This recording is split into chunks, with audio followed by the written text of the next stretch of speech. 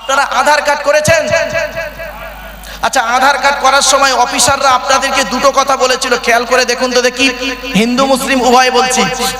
অফিসাররা আপনাদেরকে বলেছিলেন চোখটা বড় করে চাও তো, বলেছিলেন না? এক নাম্বার। দু নাম্বার কি করেছিলেন? বুড়ো আঙুল দুটো নিয়ে একটা কাঁচের উপরে চেপে ধরেছিলেন। ১৫০০ বছর আগে কোরআনে এই কথাটি ইঙ্গিত দেওয়া আছে, জোরে বলুন সুবহানাল্লাহ। তো চোখের তথ্যটা দিয়ে দিলাম, এবার আসছি ফিঙ্গারপ্রিন্টের তথ্যটা শুনুন। কোরআনে কোথায় লেখা আছে? আয়াহসাবুল ইনসানু আল্লান নাজমাআ ইযামা বালা কাদিরিনা আলা আন নুসাউবিয়া বানানা। এই আয়াতটি, বাক্যটি কোথায় আছে? পবিত্র কোরআনের 29 নম্বর পারা বা খণ্ডের সূরার নাম সূরা কিয়ামত 4-5 নম্বর বাক্য বা আয়াতে। আচ্ছা, আমি এই ধরনের কথা কেন বলছি জানেন? শুনে নিন। আমি আয়াত বললে মুসলিমরা বুঝতে পারবে কোরআনের আয়াত, আর বাক্য বলছি কেন, অমুসলিম ভাই যারা এসেছেন তারাও বুঝতে পারবেন। এজন্য আমি কথায় কথায় বলবো, কখনো কাকা, কখনো চাচা, কখনো সৃষ্টিকর্তা, কখনো আল্লাহ। খারাপ সেন্স যেন নেবেন না। অনেকে আছে দেখবেন ভুল ধারণা, শিক্ষা দীক্ষা কম থাকলে বাজে কমেন্ট করে ফেলে। আমি কখনো বলবো কি জানেন, জল, কখনো বলবো পানি। খবরদার, খারাপ সেন্স নেবেন না। কখনো বলবো সাহাবী, নবীর সাহাবী, আবার কখনো বলবো নবীর সঙ্গী। দুটো জন এক করে ফেলবেন না। কারণ কি, নবীর সাহাবী যখন বলবো মুসলিম ভাইয়েরা বুঝতে পারবেন, আর অমুসলিম ভাই যারা বক্তব্য শুনতে এসেছেন তারা কিন্তু সাহাবী শব্দটা বুঝবেন না। তাদের যদি বলি মুহাম্মদ সাল্লাল্লাহু আলাইহি সাল্লামের সঙ্গী, সঙ্গে সঙ্গে বুঝে নেবে। এজন্য সাহাবী, সঙ্গী দুটোই আমি ইউজ করব, খারাপ সেন্স নেবেন না। চলুন এগিয়ে যাচ্ছি। পবিত্র কোরআনের সূরা কিয়ামত 4-5 নম্বর আয়াতে বলা হয়েছে, হে মানব জাতি, এখানে হিন্দু মুসলিম কোনো ডিভাইডেড নেই, মনে রাখবেন। হিন্দু মুসলিম কোনো পার্থক্য আল্লাহ করেনি। হে মানব জাতি, তোরা কি মনে করেছিস আমরা মরে গেলে পচে গলে হাড় হয়ে যাব, পরকালে সৃষ্টিকর্তা আমাদের তুলতে পারবে না? কখনোই তোরা এই চিন্তা ভাবনা করবি না। আমি সৃষ্টিকর্তা তোদের জানিয়ে দিচ্ছি, পৃথিবীতে যেমন তোদের বুড়ো আঙুলের ছাপ যেমন কারোর সঙ্গে যেমন কারোর কোনো মিল নেই, পরকালে কারোর সঙ্গে কারোর কোনো মিল পাবি না। কোরআনের এই আয়াতকে নিয়ে কে গবেষণা করলো? থাইল্যান্ডে চ্যাং ম্যাং ইউনিভার্সিটি অ্যানাটমি বিভাগের প্রফেসর, বিখ্যাত পণ্ডিত বৈজ্ঞানিক, লোকটার নাম হলো তাথাগত তোজেসান। উনি একজন খ্রিস্টান, হিন্দু নন, মুসলমান নন, খ্রিস্টান। উনি বললেন কোরআনে ভুল আছে। বলল কি ভুল? বলল কোরআনে লেখা আছে বুড়ো আঙুলের ছাপ নাকি কারোর সঙ্গে কারোর কোনো মিল নেই। আমি কোরআনের ভুল বের করে শুনবো। উনি করলেন কি, 1000 মানুষের বুড়ো আঙুলের ছাপ নিলেন, 1 বছর ধরে গবেষণা করে দেখছেন কার সঙ্গে কার মিল আছে। যখন কারোর সঙ্গে কারোর কোনো মিল পেলেন না, ল্যাবরেটরির ভিতরে দাঁড়িয়ে দাঁড়িয়ে ইসলামের কালেমা পড়ে মুসলমান হয়ে গেলেন। আপনি কোথায় আছেন? এই সেই কোরআনকে নিয়ে গবেষণা চলছে সারা বিশ্ব। এবার আসছি কোরআনের পরিচয়টা দিই। কোরআনের পরিচয়, কোরআন হলো আল্লাহর বাণী, সৃষ্টিকর্তার বাণী হলো কোরআন। কোরআন কোনো মানুষের তৈরি পুস্তক নয়, এটা মনে রাখবেন। কোরআনের পরিচয়টা দিই। কোরআন আল্লাহর তরফ থেকে জিবরাইলের মাধ্যমে হযরত মুহাম্মদ সাল্লাল্লাহু আলাইহি সাল্লামের উপরে আরবের মক্কা নগরের নিকটবর্তী একটি গুহাটির নাম হলো হেরা। হেরা নামক গুহাতে 610 খ্রিস্টাব্দে 1 ফেব্রুয়ারি সোমবার, কত খ্রিস্টাব্দ বললাম?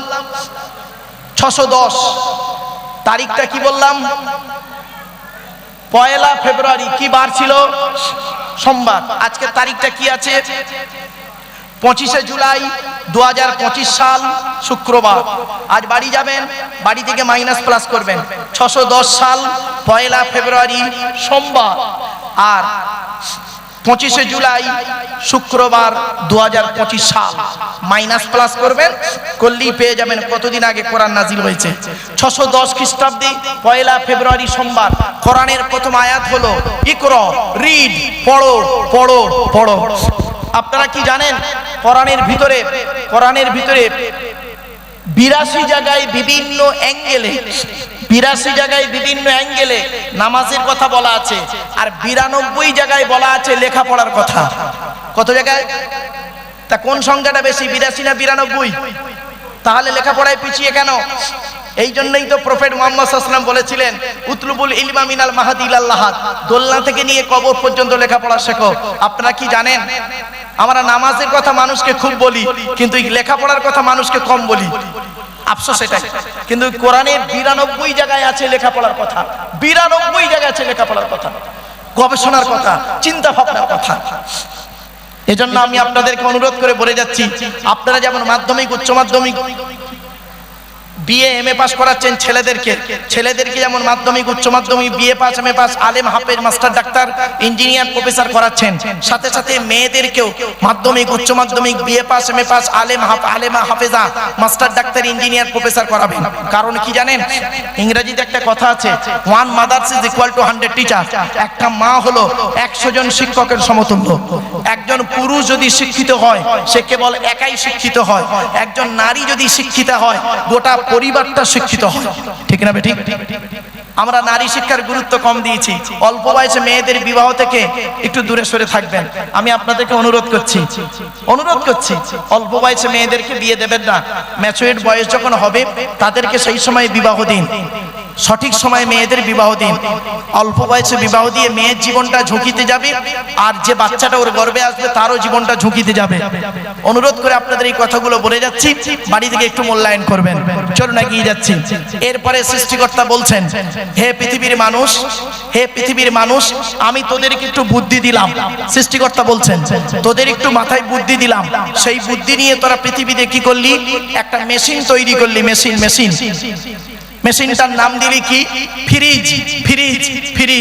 তোদের তৈরি ফ্রিজের পানি খেলে থাইরয়েড বেড়ে যাওয়ার সম্ভাবনা বেশি। তোদের তৈরি ফ্রিজের গুণাগুণ কি? গরমকে ঠান্ডা করিস, ঠান্ডাকে 0 ডিগ্রি নিচে নামিয়ে বরফ জমিয়ে দিস। তোদের তৈরি ফ্রিজটা মাটির উপরে বসানো থাকে, তোদের তৈরি ফ্রিজটা কারেন্ট ছাড়া চলে না। আর আমি সৃষ্টিকর্তা পৃথিবীতে একটা ফ্রিজ তৈরি করেছি। আমার তৈরি ফ্রিজটা মাটির তলায় বসিয়ে রেখেছি। আমার তৈরি ফ্রিজের নাম হলো শীতকাল আর গ্রীষ্মকাল। গরমকালে যত কলে পাম্প করবি, আমি আল্লাহ আমার তলার ফ্রিজ থেকে ঠান্ডা ঠান্ডা পানি বের করব। আর শীতকালে যত কলে পাম্প করবি, আমি আল্লাহ আমার তলার ফ্রিজ থেকে গরম গরম পানি বের করব। ভাবতে পেরেছেন? সৃষ্টিকর্তা বলছেন তোরা আমাকে মানবি কেন? হিন্দু মুসলিম সকলকেই বলছি, আপনারা সৃষ্টিকর্তাকে মানবেন কেন? আমি একটা জলসায় যাচ্ছিলাম বোম্বাইতে একটা জলসায় যাচ্ছিলাম। তো দমদম এয়ারপোর্ট থেকে যখন আমি প্লেনে উঠি, প্লেনটার নাম ছিল ইন্ডিগো। তো আমি যখন বোর্ডিং পাস করি তখন বলেছিলাম প্লিজ উইন্ডো, জানলার দিকে সিটটা দেবেন। তো আমাকে জানলার দিকে সিটটা দিয়েছেন। তো আমি করেছি কি, জানালার দিকে বসেছি। আমার বাম সাইডে এক ভদ্রলোক বসেছেন। বাম সাইডে ভদ্রলোকটা ছিলেন কোট টাই পরে আছেন, আমিও পরেছিলাম কি সাদা পায়জামা পাঞ্জাবি, কালো কোট ছিল, মাথায় টুপি ছিল আমার। তো এবার উনি আমাকে বলছেন, উনি ভেবেছেন আমি একজন বিহারি। তো সেই ভেবে আমাকে বলছেন আপ কাহা जाएंगे? তো আমি বললাম हम कलकत्ता से मुंबई जाएंगे। आप कहाँ जाएंगे? উনি বলছেন हम भी कलकत्ता से मुंबई जाएंगे। উনি আমাকে বলছেন किस काम के लिए वहाँ जाते हैं भैया, कोई बिजनेस है? আপনি কি জন্য বোম্বাইতে যাচ্ছেন? কোনো ব্যবসা করার জন্য? আমি বললাম নেই বিজনেস নেই, तकरीर करने के लिए जाता हूँ, तकरीर করার জন্য ওখানে যাচ্ছি। উনি বলছেন तकरीर मीन्स, तकरीर মানেটা কি? তো আমি বললাম तकरीर मीन्स ইসলামিক লেকচার। শর্টে বলে দিলাম। তখন আমাকে বলছেন are you know Bengali language, আপনি কি বাংলা ভাষা জানেন? আমি বললাম yes I know Bengali language. তো উনি বলছেন please speak to Bengali language, আপনি দয়া করে বাংলা ভাষায় কথা বলুন। তো আমি বলছি বলুন। উনি বলছেন বলুন, গোদা বাংলা চালু হয়েছে। বা উনি আমাকে প্রশ্ন করেছেন আপনার নামটা কি? তো আমি বললাম আমার নাম আব্দুল্লাহিল মারুফ। আপনার নামটা? উনি বললেন আমার নাম তুষার কুমার সেন। বলছেন আপনি কি করেন? তা আমি বললাম আমি একজন স্কুল টিচার। আপনি? উনি বললেন আমি একজন কলকাতা হাইকোর্টের একজন সিনিয়র অ্যাডভোকেট। ওনার বয়স হলো 76 বছর তখন। জানি না ভদ্রলোক মারা গেছেন কি বেঁচে আছেন। যদি তিনি মারা যান, সৃষ্টিকর্তা তাকে ক্ষমা করে দিন। আর যদি পৃথিবীতে জীবিত থাকেন, সৃষ্টিকর্তা তাকে তার মতো করে তৈরি করে নিন। এবারে আসছি, আমাকে বলছেন আপনি, আমরা তো এখান থেকে কলকাতা থেকে মুম্বাই যাব 3 ঘন্টা সময়। তো কিছু মনে করবেন না, আমি আপনাদের কোরআন পড়েছি। ভালো কথা। আমি বললাম থ্যাংক ইউ। বলছে আপনাদের কোরআন পড়ে আমার কিছু প্রশ্ন মনে জেগেছে। তো আপনি যদি কিছু মনে না করেন, সেখান থেকে কিছু প্রশ্ন আপনাকে এই প্লেনের ভিতরে করতে পারি? বললাম কোনো অসুবিধা নেই, করতে পারেন। জানা থাকলে বলবো, না জানা থাকলে জেনে বলবো। উনি প্রথম প্রশ্ন করলেন আমাকে, শুনে নিন, চমকে যাবেন। প্রথম প্রশ্ন করেছিলেন আমাকে, আপনি আল্লাহকে মানেন? আপনি আল্লাহকে মানেন? আপনাদেরকে আমি এবার প্রশ্ন করছি, আপনারা আল্লাহকে মানেন? কি দেখে মানেন? মনে রাখবেন, যিনি প্রশ্ন করছেন তিনি একজন মূর্খ লোক নয়, আর যাকে প্রশ্ন করেছে সে একেবারে মূর্খ নয়। উনি যখন আমাকে প্রথম প্রশ্ন করলেন আপনি আল্লাহকে মানেন, তা আমি তখন চুপ করেছিলাম। কিছুক্ষণ পরে চিন্তা করলাম এরকম একজন শিক্ষিত মানুষ আমাকে এই প্রশ্নটা কেন করলেন, নিশ্চয়ই এর মধ্যে কিছু রহস্য আছে। তখন আমি বললাম হ্যাঁ আমি আল্লাহকে মানি। উনি পট করে বললেন কি দেখে মানেন? একটা হাঁস পুকুরে ডুব মারলে কিছুক্ষণ পরে গেঁড়ি বা শামুক পায়। একজন মুসলমান মসজিদে নামাজ পড়তে গিয়ে ডিগবাজিকে কি পায়? কি উত্তর দেবেন? আপনি ঘুষি তুলবেন? না, অশিক্ষিতর পরিচয়। ও প্রশ্ন করতে পারে, আপনার দায়িত্ব হলো সুন্দর করে বুঝিয়ে দেওয়া, ঠিক না বেঠিক? রেগে যাওয়ার নাম বক্তা নয় আর শ্রোতা নয়।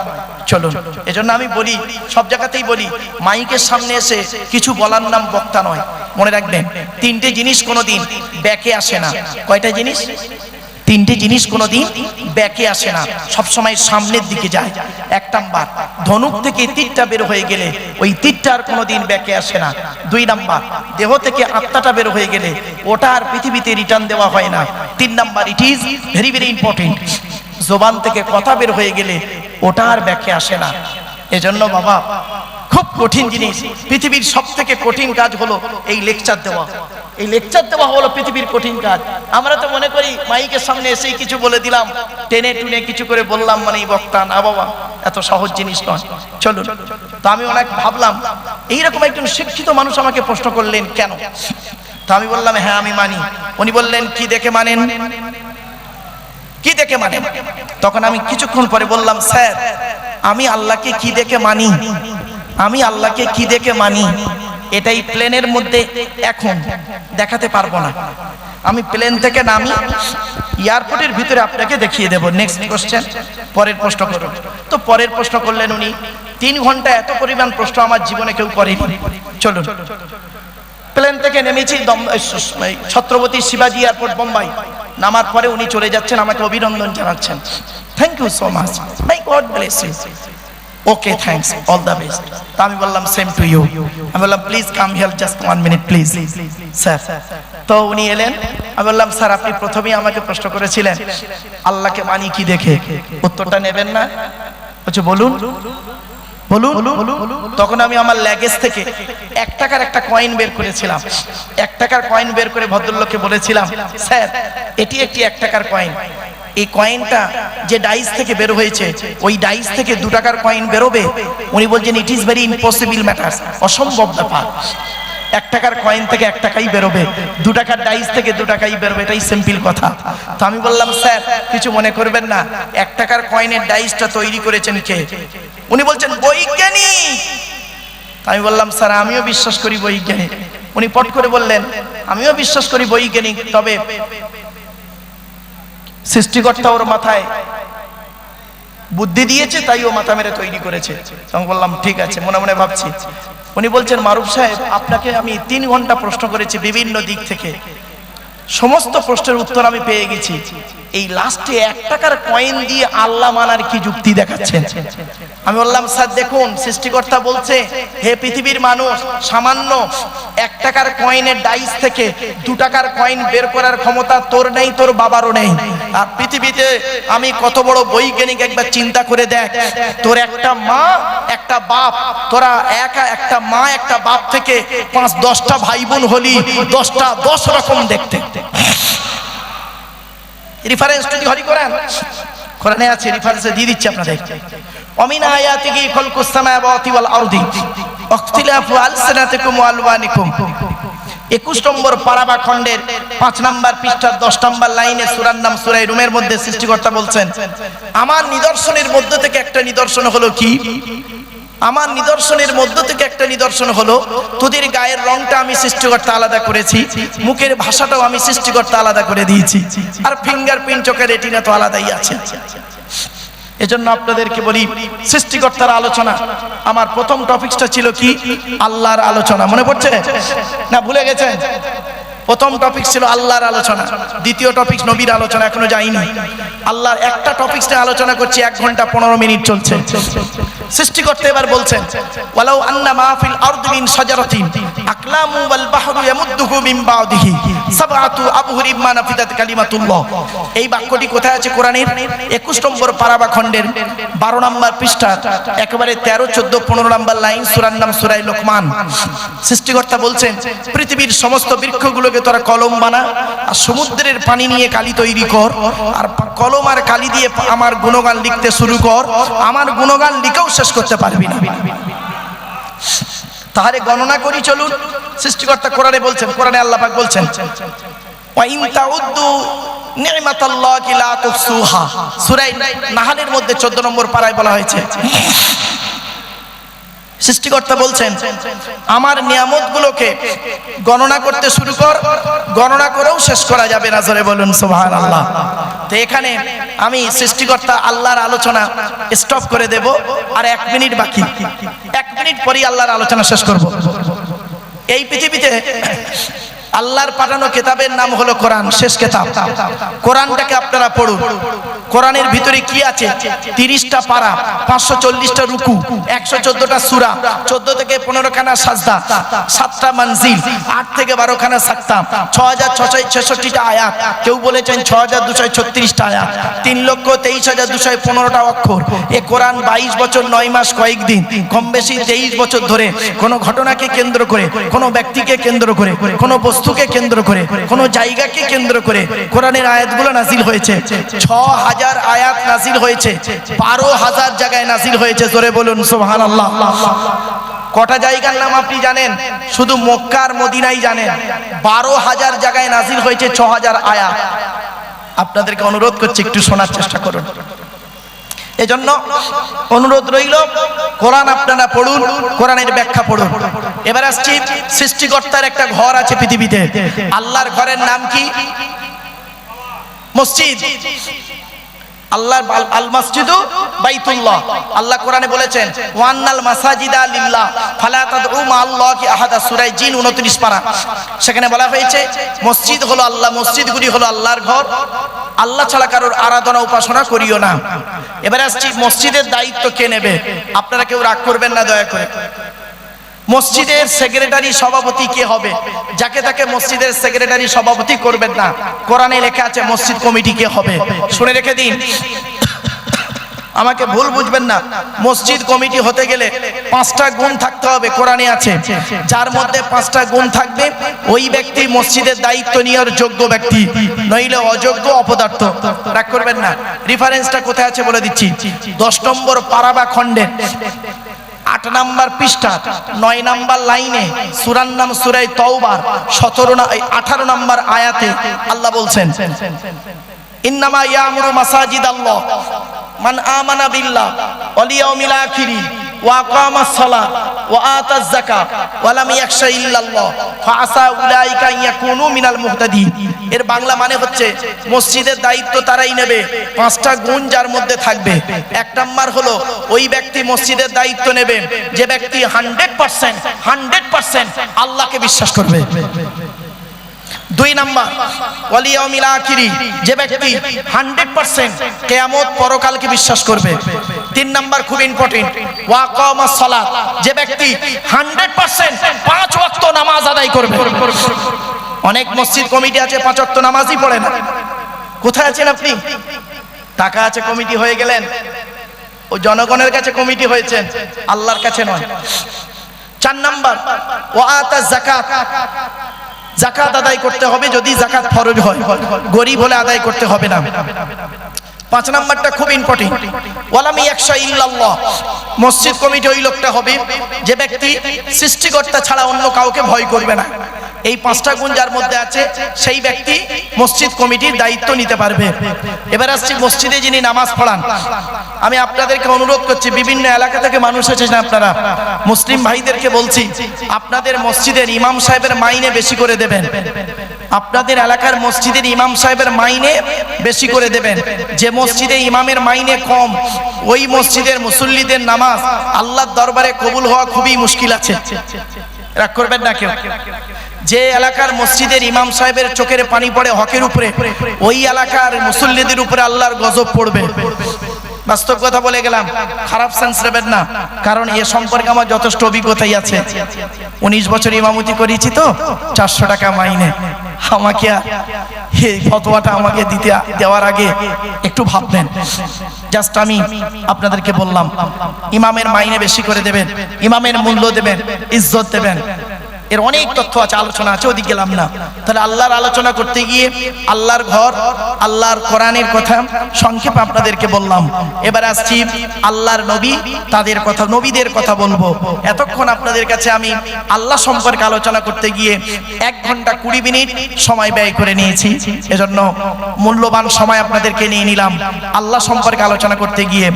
একবার আসুন সেই আল্লাহর নামে জিকির, লা ইলাহা ইল্লাল্লাহ, জোরে জোরে।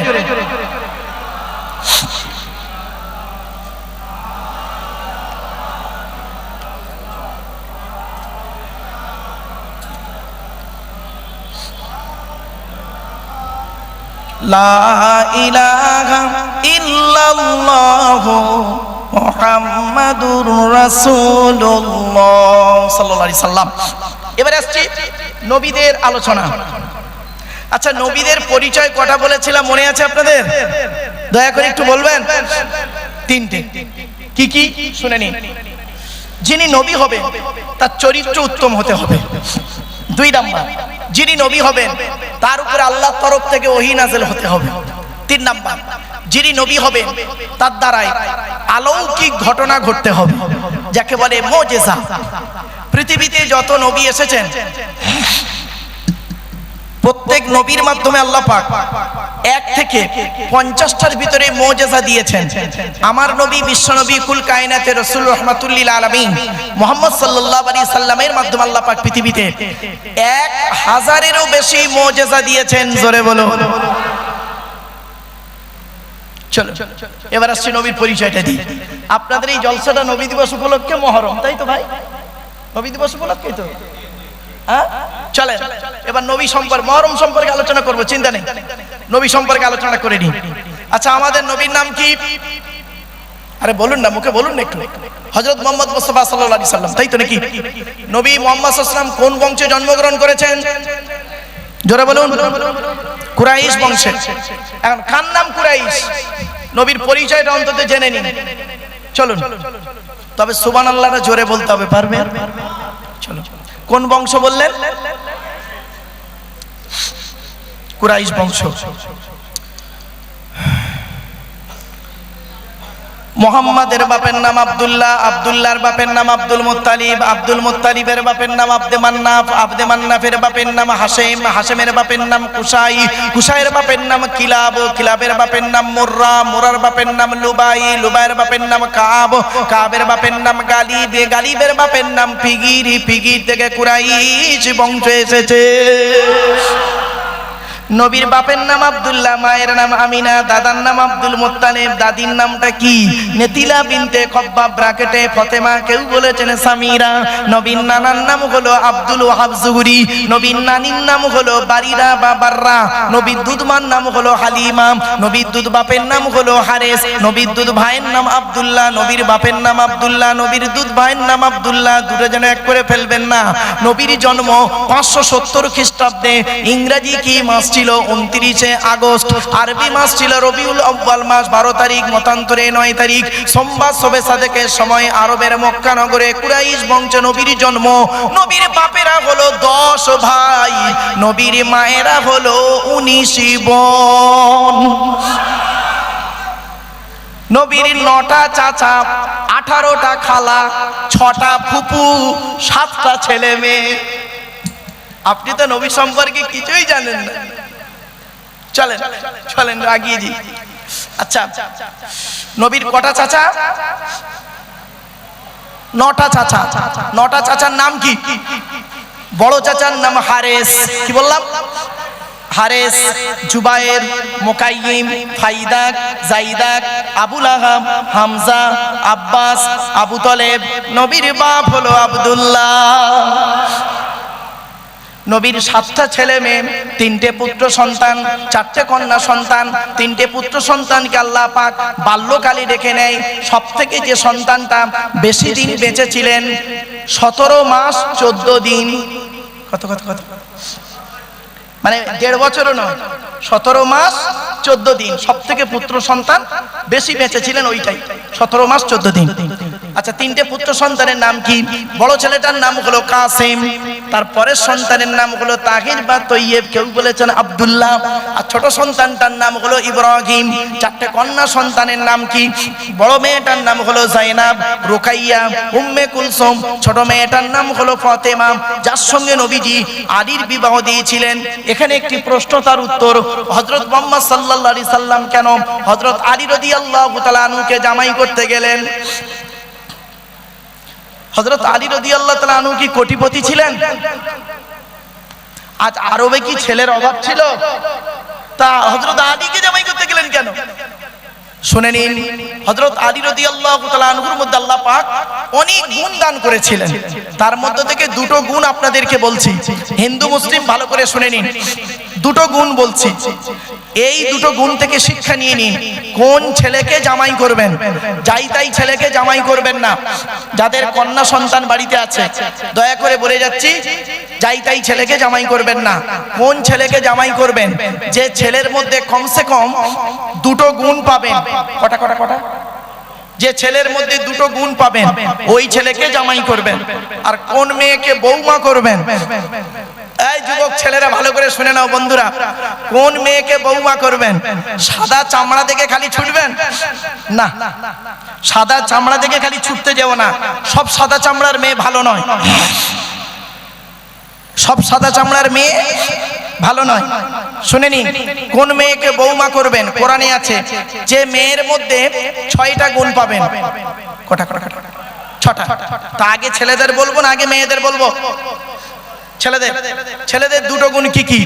1 নাম্বার, ওই ছেলেকে জামাই করবেন, ছেলেটি সৎ ছেলে কিনা খবর নেবেন। কি বললাম? সৎ। আচ্ছা, সৎ কোন লোকটাকে বলে? কোন লোকটাকে সৎ বলে? গালে দাড়ি রাখলে আর মাথায় টুপি দিলে আর 5 ওয়াক্ত নামাজ পড়লে আর মাঝে মাঝে ওমরা করতে গিয়ে খালি লোককে বলবো আমি অমুক বারে হজে গিয়ে এইটা নিয়ে এসেছি, ওই লোকটাকে বুঝি সৎ বলে না?